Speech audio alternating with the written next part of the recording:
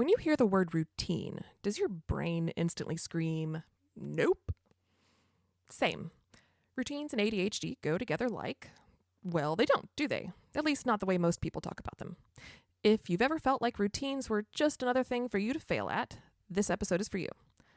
What if I told you routines don't have to feel like rigid, soul-sucking checklists? They can actually be your secret weapon for more calm, less chaos, and better focus. Welcome back to ADHD Adultish. I'm your host, Kim Spangler, and in today's episode, we're breaking down what a routine actually is, why it can be a powerful tool for your ADHD brain, and how to create routines that work for you and not against you. And we're doing it without the shame spiral. Ready? Let's do this.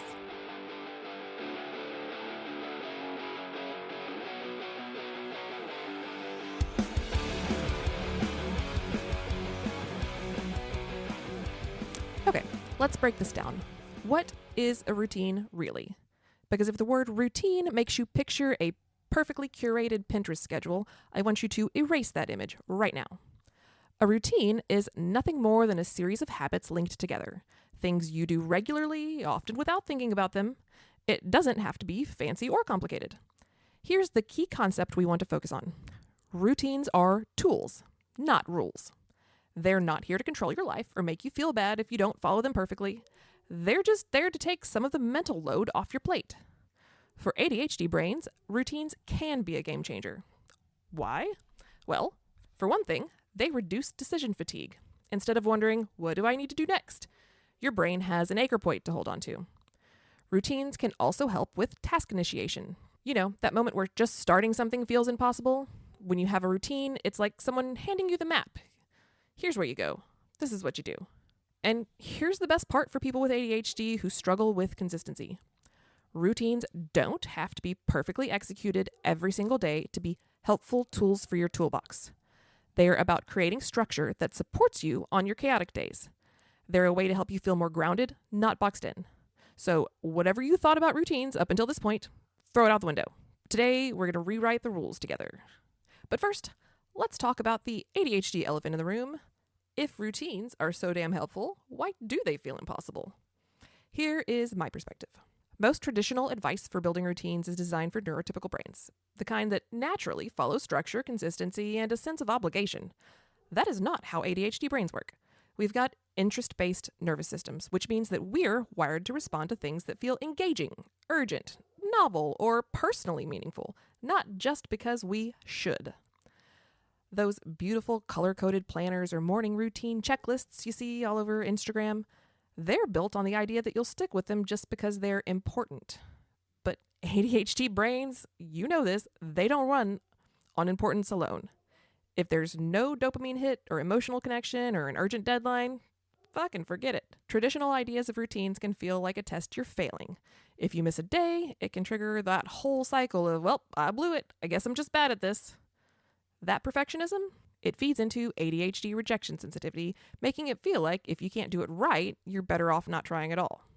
Plus, rigid routines don't account for energy shifts, hyperfocus, or the occasional, hey, I forgot I existed for 3 hours while learning everything one could want to know about emus because I found Knucklebump Farms on Instagram and now I'm obsessed. Side note, if you haven't found Knucklebump Farms on Instagram, you totally should. Awesome. Anyway, it's important to recognize that you are not the problem. We need to flip the script and build routines that work with your ADHD and not against it. Now, before we get into the nitty-gritty of how to start creating routines, let's talk about how you think about routines. For a lot of us, the word routine feels heavy, like being stuck in a vice.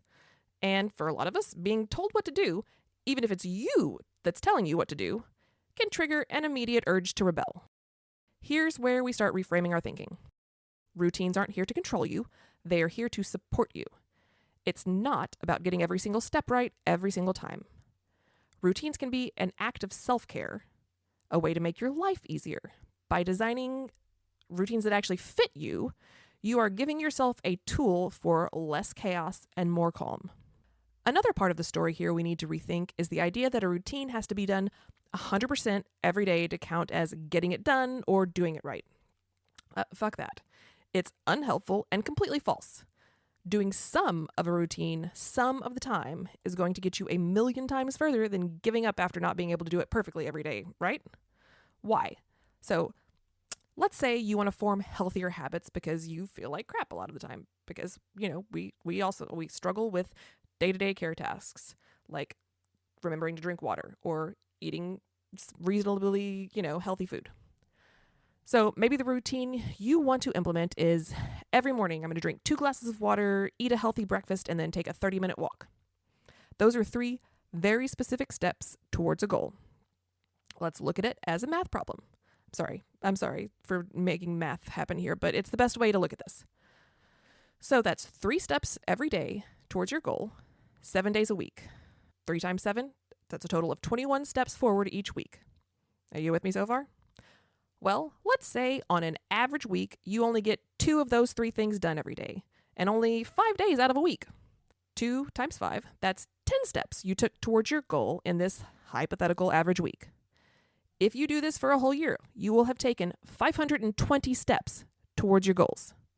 Now, is there any universe where you can imagine that you won't be better off in a year if you have taken 520 steps towards your goal? No. And the best part of this is you get to create the routines that fit your life and your needs. Not Pinterest, not some influencer's perfect morning checklist. Just you. It doesn't have to be pretty. It probably shouldn't be pretty if it's going to be helpful. And it doesn't have to reflect anyone else's values or what anyone else needs. The goal here isn't to win at making the most ultimate routine ever. It's to create some gentle anchor points in your days to make your life easier and help you get to where you want to be in life. Give you back some control. And when you shift that mindset, routines can stop feeling like a test that you're failing and start feeling like a way to take care of yourself. All right. So we've talked about how our previous ideas about routines can feel like they're built for someone else's brain. Now let's talk about what makes a routine actually ADHD friendly. First things first, we need flexibility. Strict color-coded schedules where every minute of your day is planned down to the second might work great for some people, but for people with ADHD, it's likely to be a recipe for burnout. We need structure, yes, but the kind that bends and moves with us, not something that feels like a cage. When routines get too rigid, they can quickly feel overwhelming. So let's flip that. Flexible structure means that your routine gives you a clear sense of what you want to happen without locking you into a hyper-detailed schedule. So, for example, instead of, I'm going to journal every day at 7 a.m. for 30 minutes, try, I will spend 5 minutes journaling sometime during my evening wind down. Instead of, I'm going to work out every day at 6:30, let's try, I will move my body after work, even if it's just a walk or a stretch break. The focus shifts from exact timing to intentional moments. This approach works better because while we often resist rigid schedules, we thrive with predictable anchor points. It's giving yourself a rhythm to follow while staying open to how your day actually unfolds. And remember, flexibility doesn't mean flimsy. It means you're building a structure that supports you even when life throws curveballs. It's about having a plan without the pressure of perfection. So, here's another key for ADHD-friendly routines: anchoring them to your life as it is right now. When routines feel like something separate from your day, they're way easier to forget or abandon. But when you attach them to things you're already doing, they feel more natural and require less mental effort to keep up with. For example, if you always make coffee in the morning, you can anchor a quick mindfulness moment to that process or a chore that you struggle with. For me, it's unloading and reloading the dishwasher in the morning while I wait for my daily dose of Java. Has anyone else noticed that a lot of my examples involve coffee? Anyway, habit stacking makes routines feel more natural. The goal here is to piggyback new habits onto existing ones so that you are not starting from scratch. Here are a few more examples, because I love examples. If you struggle to take your meds consistently, but you never fail to scroll Facebook first thing in the morning, start putting your medication bottle on top of your phone at night, next to a glass of water. Before you scroll, take your meds. If you're working on building a journaling habit and love to spend your evenings curled up on the couch watching Netflix, start leaving your journal with the TV remote and jot down a few sentences before you hit play. Want to remember to check your planner? Keep it on the kitchen table and glance at it while you're eating breakfast. Why does this work? Well, it gives your brain a trigger, a built-in reminder from an action you're already doing, and it skips the whole starting from scratch mental load that makes new habits feel overwhelming. So start with what's already working in your life. what routines or habits already feel natural to you. Use those as your anchor points. And remember, your life, your anchors. This isn't about forcing yourself to copy someone else's perfect morning routine. It's about finding the rhythms that fit with your life. Next thing, people with ADHD often struggle to remember that we wanted to do the routine. And unsurprisingly, it's hard to be successful at something if you forget it exists. So why do we forget? Two common reasons are working memory and object permanence. Working memory is like your brain's sticky note system. It holds information temporarily while you're doing something. But with ADHD, the glue on your sticky notes is a little janky. If a task or routine isn't immediately visible, it can get buried in the mental clutter and disappear from focus. Then there's object permanence.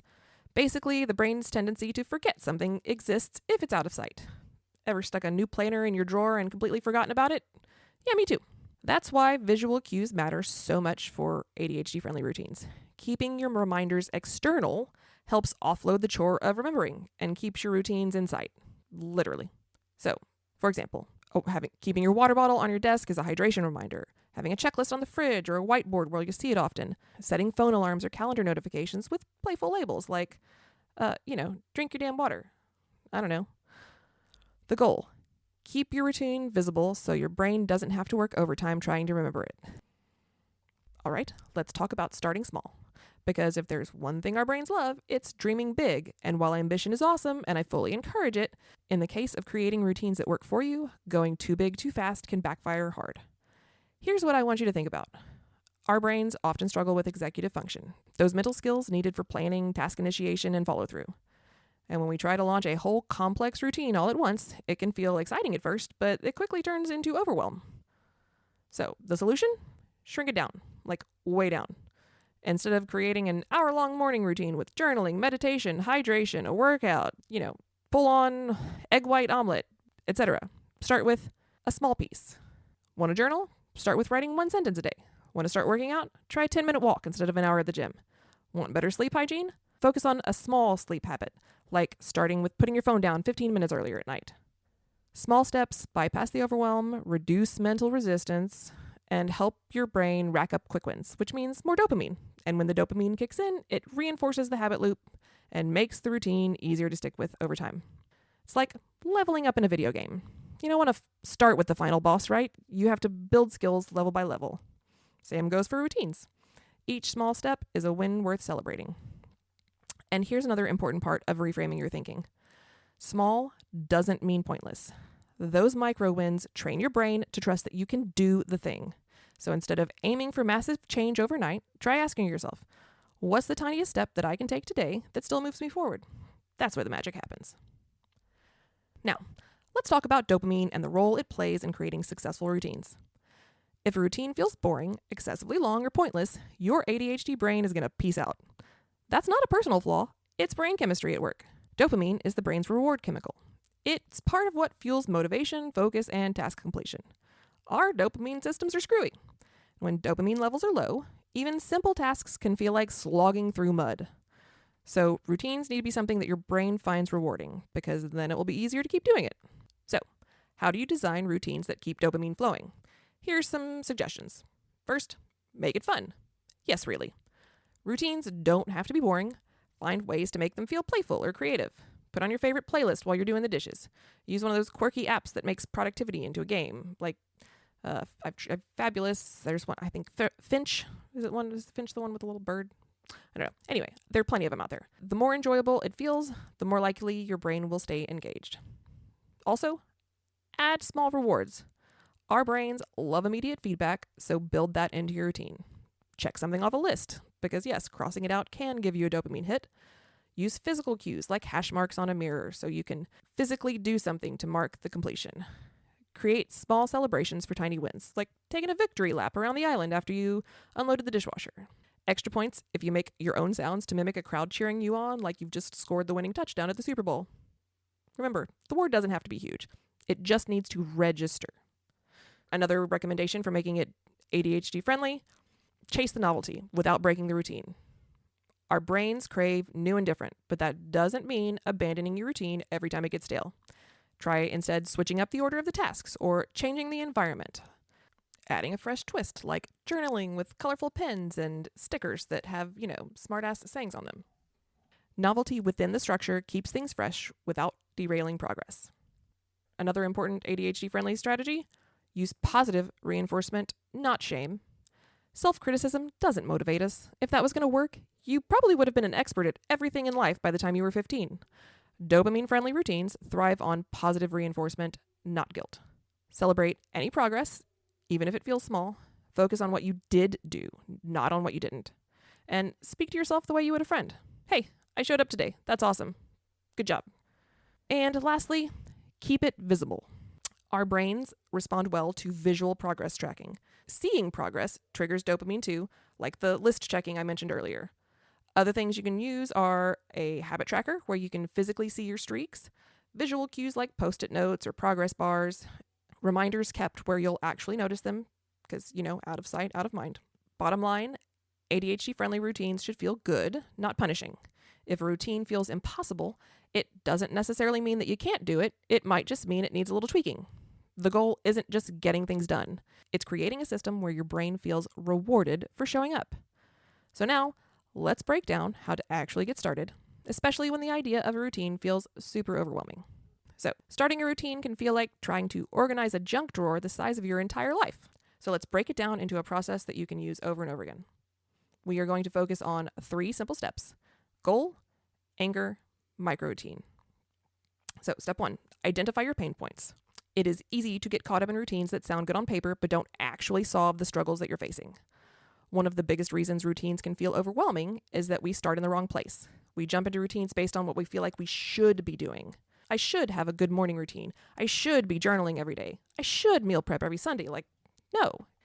Unfortunately, these should routines rarely stick because they're based on unrealistic external expectations, not on what real life you actually needs.